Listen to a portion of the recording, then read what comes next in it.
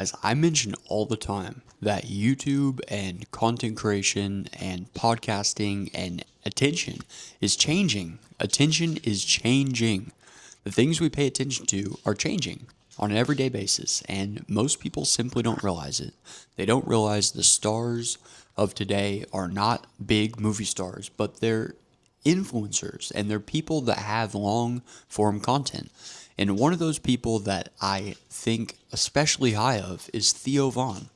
Theo Vaughn is an amazing person. He's an amazing guy. He's done so much, but most people don't know that he came from a very, very rough background. He had a really tough childhood. The fact that he made something of himself at all is a miracle. It's miraculous. I don't understand how he was able to do that. We look at him and we say, hey, man, you're a really funny guy. But initially, he started off just broken. He was absolutely broken.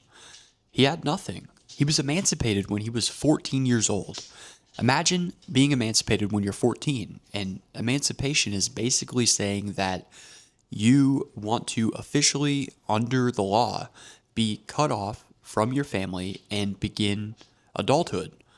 He had that happen to him at 14 years of age. So I guarantee that nothing good was happening within his life. Like, in order for a judge to even sign that, they have to see without any sort of doubt, unreasonable doubt, that you would be better off by yourself. And so what exactly happened? What exactly happened in his life? Because we see him now and he's such a ray of sunshine, but I think he's slightly broken. And really it stemmed from the fact that, and not to their fault at all, and I'll explain that. His sister was born with a very, very rare liver disease that required a transplant and ongoing medical care throughout her upbringing, and it was very, very tough on their family. He rarely talks about it, but I've heard him speak about it before, and I thought I would share it with you. Because these are the things that people don't see. When people see someone that's famous and funny especially, they think that their life is so incredible, but really, some of the most famous people and some of the most funny people are actually some of the most hurt people. He had to live in terrible circumstances. After this happened to his sister, guys, it really broke their family. They went bankrupt, and his mother and his father separated, and then he lost his father at the age of 16. Now, his father was 70 years old when Theo was born. His mother was 30 years younger. That's crazy to even think about. Think about having a father that is 70 when you're born. Now, is that selfish? I don't know. He talks about himself. He says that without his father having done that, he wouldn't be here. So it's hard to be upset at his father, but he really resented his father and he was embarrassed by his father growing up. And I can't relate to that, but I know what it's like to not have a father either. My father, on the other hand, hasn't passed away. He just never wanted anything to do with me, and that happens from time to time. It makes you stronger. It makes who you are, but you're broken on the inside when you grow up without a father. And so I know exactly how he felt because that's exactly how I felt. And furthermore, I think it's sad and underrated how in America, when someone is born with an illness or gets an illness or becomes sick, we absolutely decimate them financially. These big institutions that are supposed to give you life-saving treatments and the doctors that provide medical care and the surgeons that operate, these people, I get it, they have to pay their bills. But the fact that that is considered to be a luxury in America is simply surviving. And if you can't pay your medical bills, then you'll die. I think we need to have a better system than that. I don't know how to implement that, but I know that that needs to change. That's insane. I hate seeing that, and I've seen that over and over and over again, and I know you guys have seen that.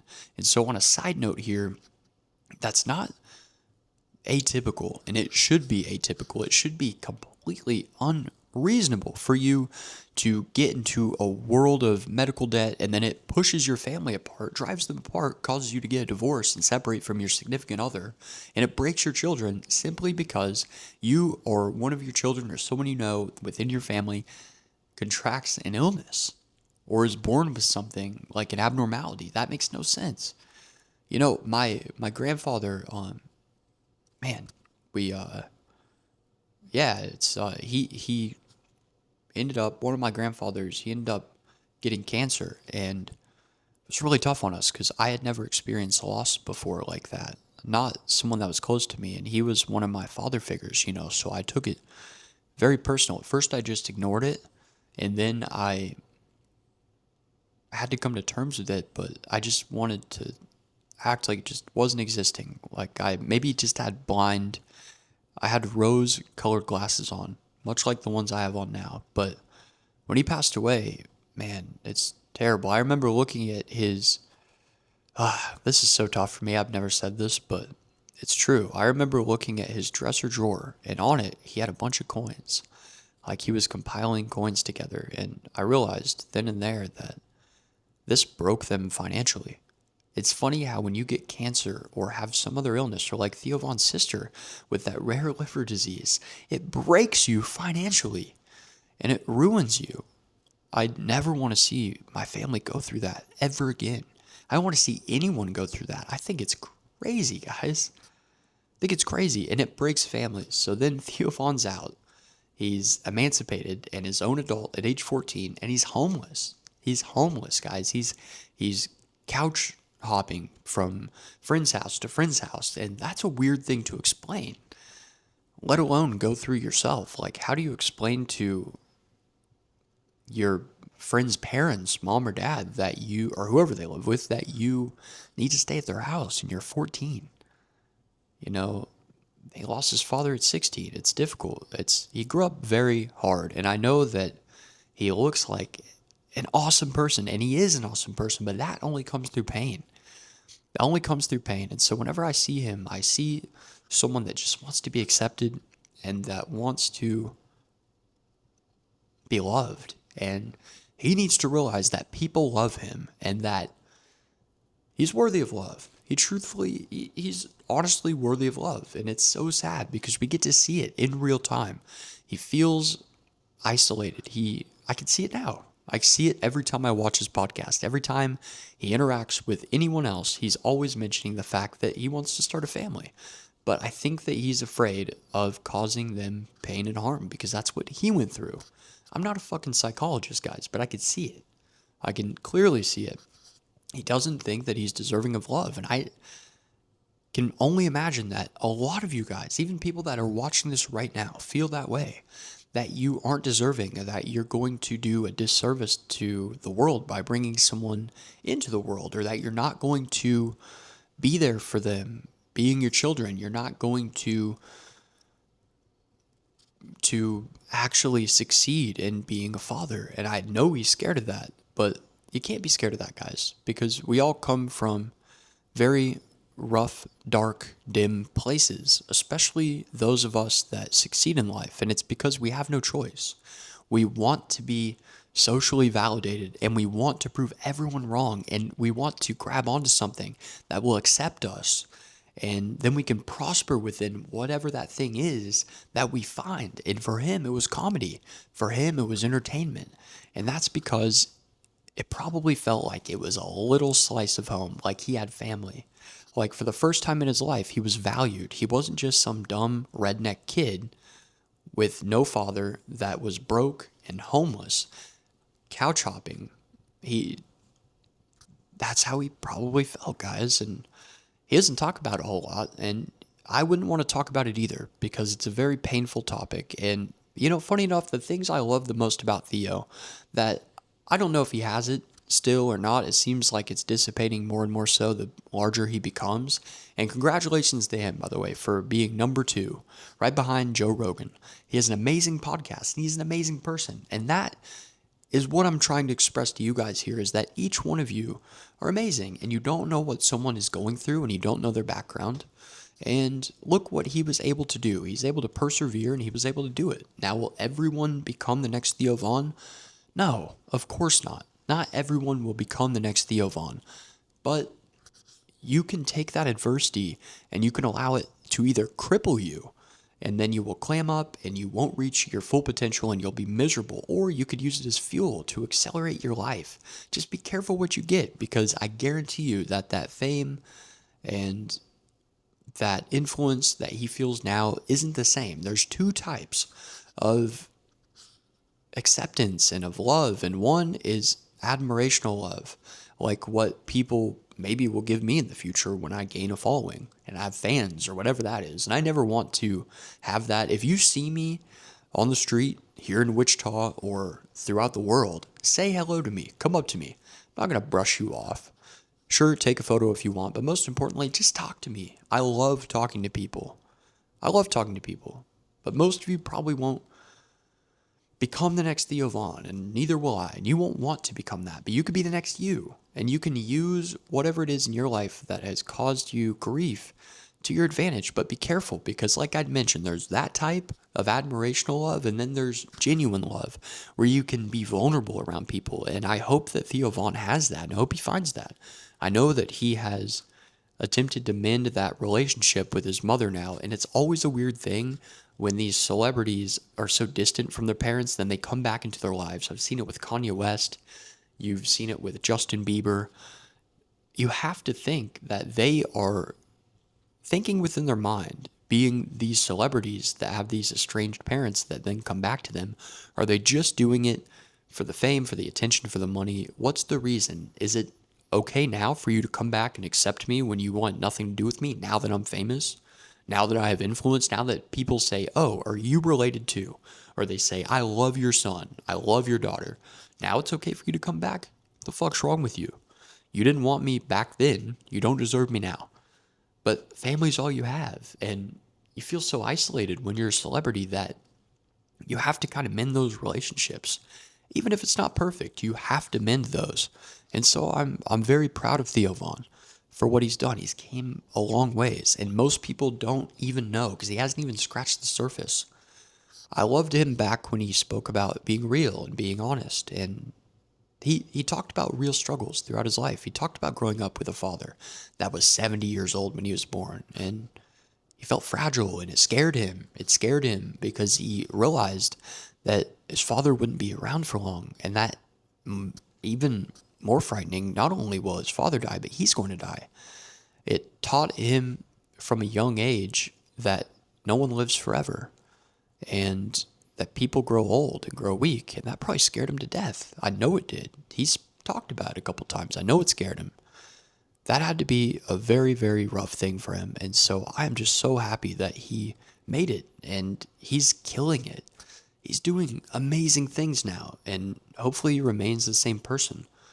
That's what I intend on doing. When I become bigger, I want to remain the same person. I want to be humbled each and every single day and just living life. Some people are too high up on their horse.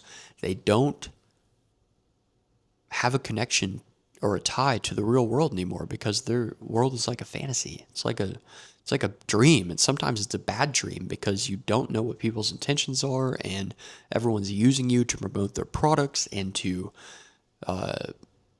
just promote themselves, actually. Whenever you see a celebrity, I don't know why it's so common for people to ask for a photo. And then what do they do with that photo? They tell their friends that you were at the same place as this celebrity, like the airport or Chick-fil-A or the gas station. What does that do for that person that took that photo? Instead, just have a conversation with me. Just talk to these celebrities like they're humans. Last night, I got home like at 3 o'clock in the morning, and there was a very famous celebrity parked in a Cybertruck that was right next to me before I walked into my building here. And it made me think, like, shit, I'm not going to say who it is, but it made me think, like, this guy probably gets all this admiration all the time and people coming up to him. Let me leave him alone. Just leave him alone. Now, if he says hello to me or says, hi, what's your puppy's name or whatever, I brought Tesla outside to go potty downstairs. Then, yeah, I'll have a conversation with him, but don't treat these people weird, guys. They need, like, genuine connection. They don't want to be... Some people like that, but even if you think you like that, you probably won't end up liking that.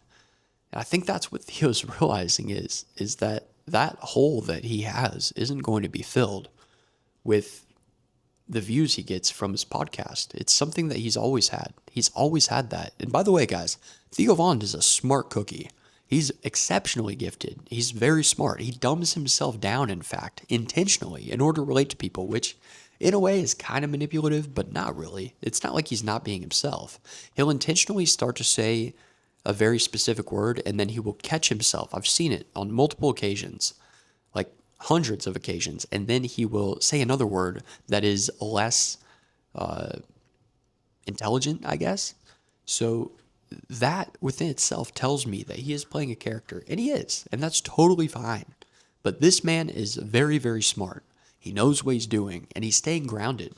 I think it's amazing that he is keeping his sobriety. You know, some people have alcohol and drugs affect them, and they can't stop. They just, I don't know if it comes from that loneliness or they're trying to fill that within themselves. I've even had things with alcohol. I wasn't a full-blown addict or anything, but I had to catch myself and say, this isn't what I want. This is not benefiting me, and it's making me miserable, and it's ruining my life. And so I had to cut it out. And it's the best decision I've ever made, and I highly urge you to do the same. But it's your life. Like, I ruined it for me because I did it too much and did it too.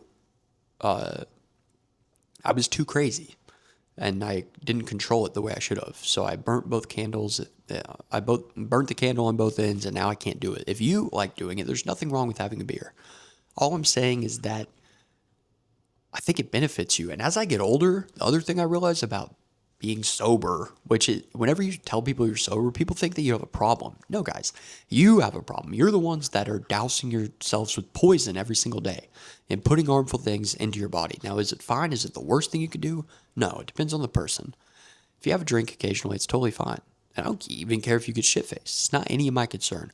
All I'm saying is that it makes you feel so much better. The older I get, the more like things like alcohol affected me.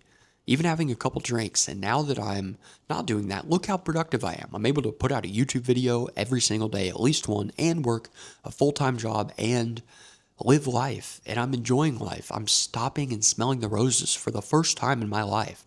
I'm seeing things that were all around me this entire time that I never realized were beautiful and never took time to notice. And so I urge you to do the same. Do the same. Take Theo Vaughn's advice. Take his word and listen to him, because he's a perfect example of what substances can do to you if you aren't grounded properly. They can be used as a crutch.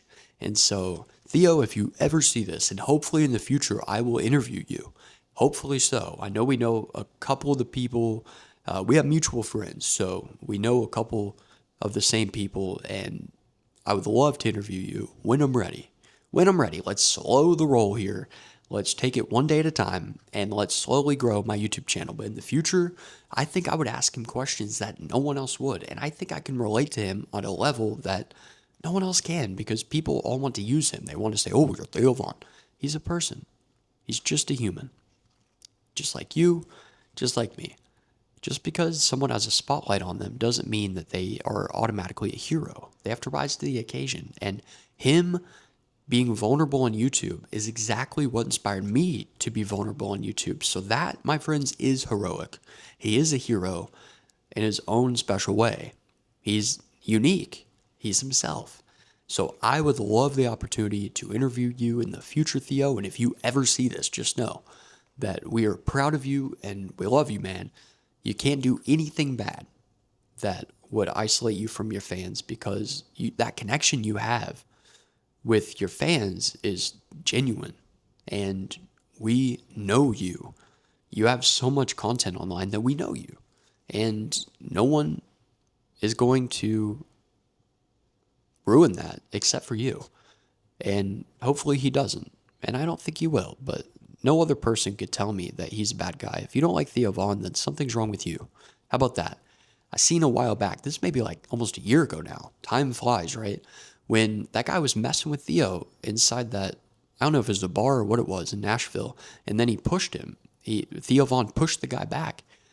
What's wrong with that guy? What was he doing before people started filming? Was he agitating Theo? Was he being an asshole? He looked like he was drunk. Theo, stand up for yourself, man. No one, I know you may have thought that's a bad look, but we know you, bro. You were in the right there. I don't even have to know that other guy. He's a drunk idiot. Leave him alone. And that sucks for Theo because think about it, that just explains to him and solidifies the fact that he can't go out and be normal anymore. He can't go out into public.